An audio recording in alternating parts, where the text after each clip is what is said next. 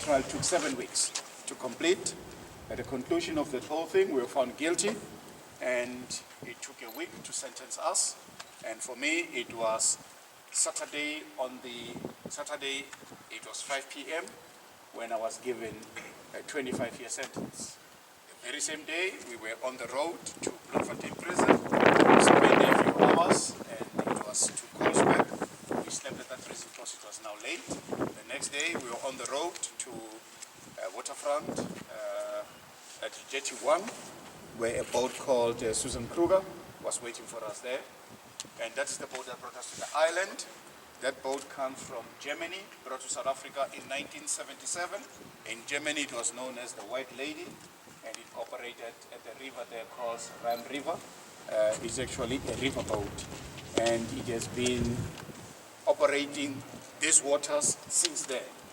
We now call it a historical boat. And that is the boat from time to time. When I leave the island to go home, I use the same boat. And when I arrived here, I was made prisoner 3884, 38/84, and I was in section F, which you'll see later, and meant to leave this prison officially on the 20th of September in 2009. Well, something happened. For me not to be in prison up to then. All of us who were in this prison were released, and all our records were expunged and sealed. And that came about because Nelson Mandela, also a prisoner but no longer on the island, was negotiating secretly with the apartheid government. First with the late President P.W. Botha, and later the man who succeeded him, President F.W. de Klerk. These negotiations ultimately led to an agreement that all political prisoners would be released unconditionally.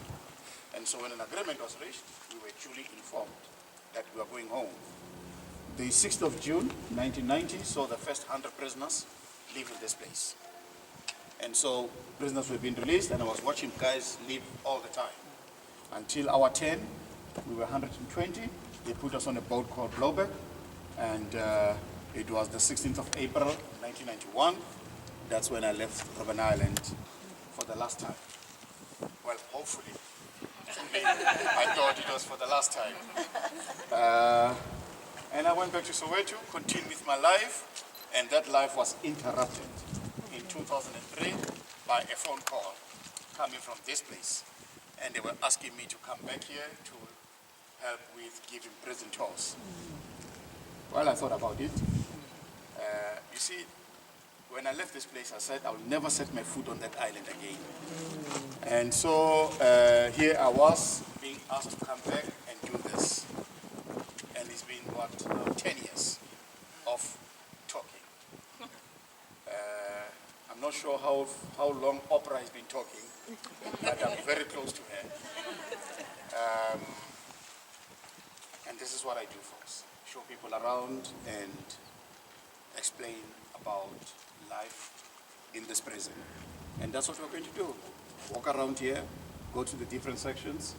You are more than welcome, of course, to take pictures as we go through the place and to ask me questions. I'm sure you've got plenty about the place. Myself, I'll be happy to engage with you on that. Maybe some of you do have cell phones. I'm going to request that we put them on silence, please.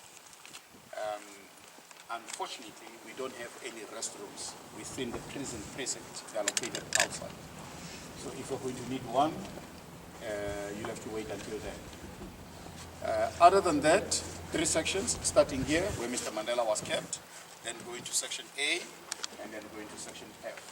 We conclude the tour in section F, and then I hand you back to somebody who will do your prison tour around the island and drop you down at the harbor. So those who got on the buses at the harbor, they go around as they are now, and then they come here, we do their tour, and then they walk back to the harbor.